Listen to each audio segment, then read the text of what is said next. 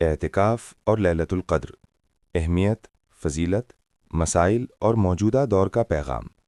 قرآن و حدیث، سنت رسول صلی اللہ علیہ وسلم، صحابہ کرام اور مفسرین و محدثین کی روشنی میں۔ اعتکاف کی تعریف اور لغوی معنی۔ لغت میں اعتکاف کا معنی ہے کسی چیز کو لازم پکڑنا، اس پر جم جانا اور اس سے علیحدہ نہ ہونا۔ شریعت کی اصطلاح میں اعتکاف کا مطلب ہے اللہ تعالیٰ کی عبادت کی نیت سے مسجد میں ٹھہرنا اور خود کو دنیاوی مشاغل سے الگ کر لینا، یعنی کسی جگہ رک جانا اور لگا رہنا۔ قرآن مجید میں اعتکاف۔ آیت نمبر 1۔ وَعَاهِدْنَا إِلَىٰ إِبْرَاهِيمَ وَإِسْمَاعِيلَ أَن طَهِّرَا بَيْتِيَ لِلطَّائِفِينَ وَالْعَاكِفِينَ وَالرُّكَّعِ السُّجُودِ۔ البقرہ 125۔ اور ہم نے ابراہیم اور اسماعیل کو حکم دیا کہ میرے گھر کو طواف کرنے والوں، اعتکاف کرنے والوں اور رکوع و سجود کرنے والوں کے لیے پاک رکھو۔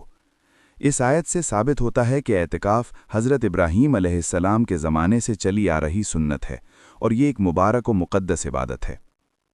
آیت نمبر 2۔ وَلَا تُبَاشِرُوهُنَّ وَأَنْتُمْ عَاكِفُونَ فِي الْمَسَاجِدِ۔ البقرہ 187۔ اور ان سے مباشرت نہ کرو جب تم مسجدوں میں اعتکاف میں بیٹھے ہو۔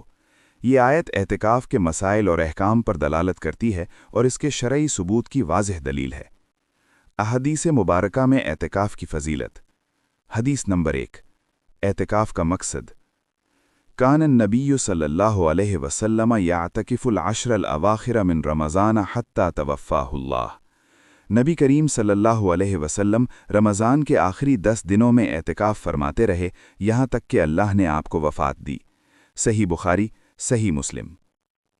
حدیث نمبر 2۔ لیلۃ القدر کی تلاش۔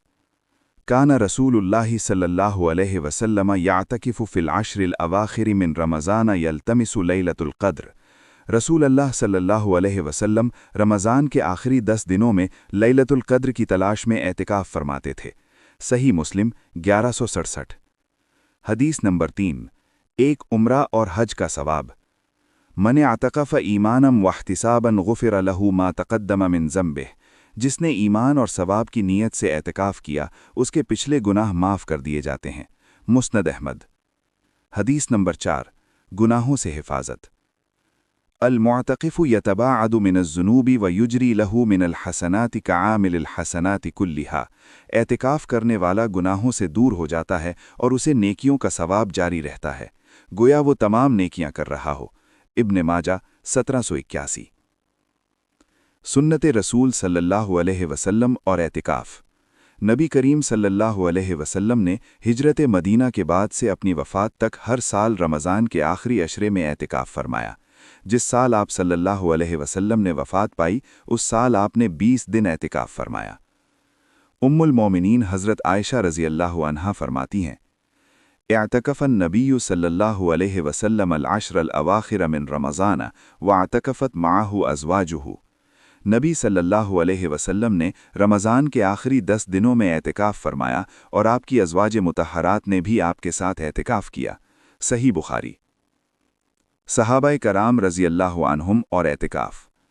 صحابہ کرام اعتکاف کو نہایت اہمیت دیتے تھے اور نبی کریم کی اس سنت کو زندہ رکھتے تھے۔ حضرت عمر رضی اللہ عنہ۔ حضرت عمر فاروق رضی اللہ عنہ نے نبی کریم سے پوچھا کہ میں نے زمانہ جاہلیت میں ایک رات مسجد حرام میں اعتکاف کرنے کی نذر مانی تھی۔ آپ صلی اللہ علیہ وسلم نے فرمایا، اپنی نذر پوری کرو۔ بخاری۔ اس سے اعتکاف کی اہمیت واضح ہوتی ہے۔ حضرت ابن عمر رضی اللہ عنہما۔ حضرت عبداللہ بن عمر رضی اللہ عنہما آخری عمر تک اعتکاف کرتے رہے اور فرماتے تھے کہ یہ نبی کریم صلی اللہ علیہ وسلم کی ایسی سنت ہے جسے چھوڑنا نہیں چاہیے۔ حضرت علی رضی اللہ عنہ۔ حضرت علی رضی اللہ عنہ اعتکاف کو اہل ایمان کا شعار قرار دیتے اور فرماتے کہ اعتکاف دل کو دنیا کی آلودگیوں سے پاک کرتا ہے۔ مفسرین و محدثین کے اقوال۔ امام بخاری رحمہ اللہ۔ امام بخاری نے اپنی صحیح میں اعتکاف کے متعلق مستقل باب قائم کیے جو اس کی اہمیت کا منہ بولتا ثبوت ہے۔ امام نووی رحمہ اللہ۔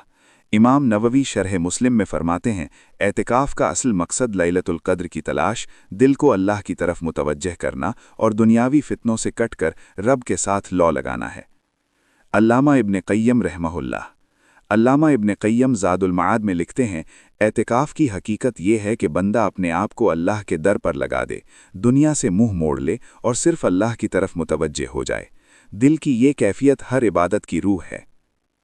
علامہ ابن حجر عسقلانی علامہ ابن حجر فتح الباری میں فرماتے ہیں، اعتکاف کی حکمت یہ ہے کہ دل کو اللہ سے وابستہ کیا جائے اور ظاہری و باطنی فکروں سے آزاد ہو کر رب کی بندگی میں محو ہو جائے۔ علامہ ابن تیمیہ شیخ الاسلام ابن تیمیہ فرماتے ہیں، اعتکاف کا مقصد دل کا اللہ سے تعلق مضبوط کرنا، تنہائی میں ذکر و اذکار کرنا اور قلب کو آلائشوں سے پاک کرنا ہے۔ اعتکاف کے اہم مسائل۔ نمبر 1، اعتکاف کی اقسام۔ نمبر 1، سنت مؤکدہ، رمضان کے آخری 10 دن۔ یہ نبی کریم صلی اللہ علیہ وسلم کا معمول تھا اور اجتماعی طور پر فرض کفایہ ہے۔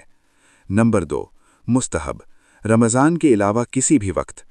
نمبر 3، واجب، نذر مانی ہو تو واجب ہو جاتا ہے۔ نمبر 2، اعتکاف کی شرائط۔ نمبر 1، مسلمان ہونا۔ نمبر 2، عاقل اور بالغ ہونا۔ نمبر 3، جامع مسجد میں بیٹھنا جہاں باجماعت نماز ہو۔ نمبر 4، نیت کا ہونا۔ نمبر 5، حیض اور نفاس سے پاک ہونا، خواتین کے لیے۔ نمبر 3، اعتکاف کب شروع کریں؟ جمہور علماء کے نزدیک اعتکاف 20 رمضان کی شام یعنی 21ویں رات شروع ہونے سے پہلے مسجد میں داخل ہو جائیں۔ دلیل یہ حدیث ہے، کان النبی صلی اللہ علیہ وسلم اذا اراد ان یعتکف صلی الفجر ثم دخل معتکفہ۔ امام نووی اور علامہ ابن قیم نے لکھا ہے کہ سنت یہ ہے کہ 20 رمضان کو غروب آفتاب سے پہلے مسجد میں داخل ہو جائیں تاکہ 21ویں رات مکمل اعتکاف میں گزرے۔ اعتکاف کب ختم ہوگا؟ عید الفطر کا چاند نظر آنے کے بعد یعنی 30 رمضان کی شام کو اعتکاف ختم ہوتا ہے۔ نمبر 4، اعتکاف توڑنے والی چیزیں۔ نمبر 1، بغیر عذر کے مسجد سے نکلنا۔ نمبر 2، بیوی سے مباشرت کرنا، اس پر آیت کریمہ دلیل ہے۔ نمبر 3، ایسی گفتگو جو شریعت میں منع ہو۔ نمبر 4، حیض یا نفاس آ جانا۔ نمبر 5، اعتکاف میں جائز چیزیں۔ نمبر 1، قرآن کریم کی تلاوت۔ نمبر 2، نماز، ذکر، دعا اور درود۔ نمبر 3، علمی مطالعہ اور دینی کتابیں پڑھنا۔ نمبر 4، ضروری بات چیت اور کھانا پینا۔ نمبر 5، قضائے حاجت کے لیے باہر جانا۔ نمبر 6، بیمار عزیز کی عیادت کے لیے چلتے چلتے جانا۔ نمبر 7، عورتوں کا اعتکاف۔ ازواج مطہرات نے نبی کریم صلی اللہ علیہ وسلم کے ساتھ اعتکاف کیا۔ عورتیں مسجد میں اعتکاف کر سکتی ہیں لیکن شوہر کی اجازت ضروری ہے۔ گھر میں مخصوص جگہ پر اعتکاف کا مسئلہ اہل علم میں مختلف فی ہے۔ جمہور کے نزدیک مسجد میں اعتکاف ہوتا ہے۔ نمبر 8، کفارہ توڑنے کا۔ اگر کوئی شخص نذر کا اعتکاف بیچ میں توڑ دے تو جمہور علماء کے نزدیک اسے قضا کرنی ہوگی۔ لیلۃ القدر اور اعتکاف۔ اعتکاف کا سب سے بڑا مقصد ہی لیلۃ القدر ہے۔ حدیث مبارکہ، کان رسول اللہ صلی اللہ علیہ وسلم یعتکف العشر الاواخر من رمضان یلتمس لیلۃ القدر۔ صحیح مسلم۔ نبی کریم صلی اللہ علیہ وسلم نے خود فرمایا کہ میں نے پہلے رمضان کے پہلے عشرے میں اعتکاف کیا، پھر درمیانی عشرے میں اعتکاف کیا، پھر مجھے بتایا گیا کہ لیلۃ القدر آخری عشرے میں ہے تو میں نے آخری عشرے کا اعتکاف لازم کر لیا۔ صحیح مسلم۔ لیلۃ القدر کون سی رات ہے؟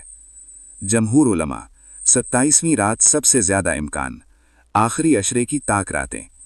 نبی کریم صلی اللہ علیہ وسلم نے فرمایا، آخری عشرے کی طاق راتوں میں لیلۃ القدر تلاش کرو۔ بخاری۔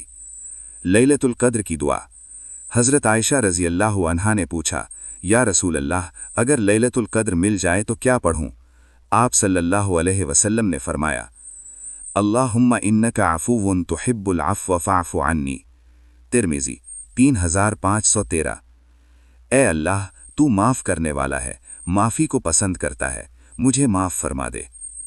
موجودہ دور میں اعتکاف کا پیغام۔ روحانی خلا اور اعتکاف کی ضرورت۔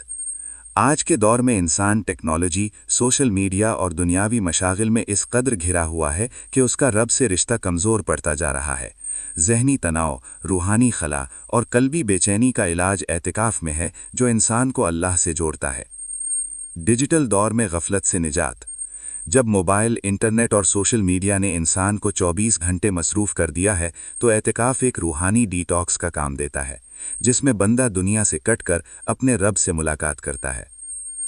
اعتکاف امت کا اجتماعی پیغام۔ اعتکاف صرف انفرادی عبادت نہیں بلکہ ایک سنت اجتماعی ہے۔ جب مسجدوں میں لوگ اعتکاف کرتے ہیں تو مسجد میں علم، ذکر اور تلاوت کی فضا قائم ہوتی ہے۔ یہ اسلامی معاشرے کی روحانی تجدید کا ذریعہ ہے۔ اعتکاف کے 4 روحانی درس۔ نمبر 1، تعلق مع اللہ۔ اللہ سے رشتہ جوڑنا سب سے بڑی دولت ہے۔ نمبر 2، محاسبہ نفس، اپنے اعمال کا جائزہ لینا۔ نمبر 3، توبہ اور استغفار، گناہوں سے پاک ہونے کا بہترین موقع۔ نمبر 4، تربیت اخلاق، صبر، قناعت اور سادگی کا عملی درس۔ اعتکاف اسلام کی ایک عظیم سنت ہے جو 1400 سال سے مسلسل زندہ ہے۔ آج ہمیں چاہیے کہ ہم اس سنت کو اپنائیں، اپنے گھروں اور مسجدوں میں اس کو فروغ دیں اور آنے والی نسلوں کو اس روحانی خزانے سے آگاہ کریں۔ کیونکہ جس قوم کا رشتہ اللہ سے مضبوط ہو وہی دنیا اور آخرت میں کامیاب ہے۔ خاتمہ، دعا اور التزام۔ اللہم بلغنا رمضانہ وأعنا علی صیامہ وقیامہ واعتکافہ۔ اے اللہ، ہمیں رمضان تک پہنچا، اس کے روزے، قیام اور اعتکاف کی توفیق عطا فرما۔ آمین یا رب العالمین۔